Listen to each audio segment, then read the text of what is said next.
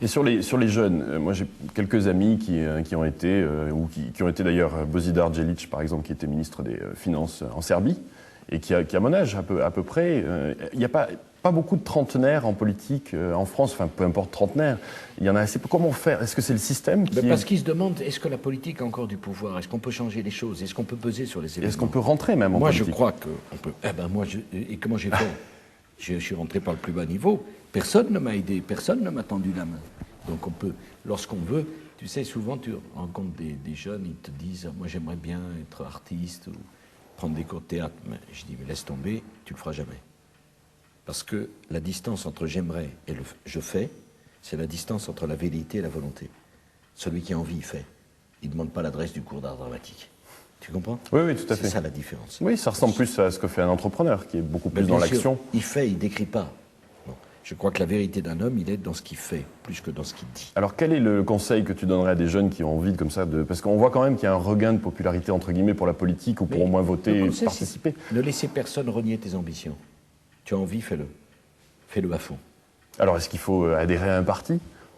Oui, mais c'est la première étape? Dans ce cas-là, il faut faire UMP, parce que c'est mieux quand même. Il y a 200 000, je crois. 210 000. Et... Oui, parce que je pense qu'on ne change pas la politique en étant un homme seul. J'ai voulu développer un parti, moderniser un parti, parce que je pense que la meilleure façon de changer la politique, c'est de changer les partis politiques. On ne peut pas faire les choses seuls. Et tous ceux qui adhèrent à l'UMP, je leur ai promis quelque chose, c'est qu'ils auraient le droit à la parole, c'est-à-dire c'est eux qui voteront sur les principales étapes du projet, et c'est eux qui choisiront nos candidats, y compris nos candidats à la présidentielle. En bref, ta voix de citoyen, elle pèse plus lourd. Si tu adhères à un parti politique qui te permet de choisir quel sera le candidat et quel sera le projet. Donc ça c'est très très blog, c'est-à-dire que les blogs, les gens participent, s'expriment, est-ce que... C'est la société interactive. Il n'y a pas d'un côté celui qui sait, de l'autre celui qui ne sait pas. Est-ce qu'on va voir sur le site de l'UMP ou à l'UMP en général justement plus de gens qui s'expriment dans des... Pas simplement sur le site de l'UMP. Je veux que l'UMP soit le lieu des grands débats de la société française. Les problèmes sont complexes, il n'y a pas de vérité révélée, c'est extrêmement difficile. Eh bien, cherchons, trouvons ensemble, innovons, imaginons, il n'y a pas de sujet tabou.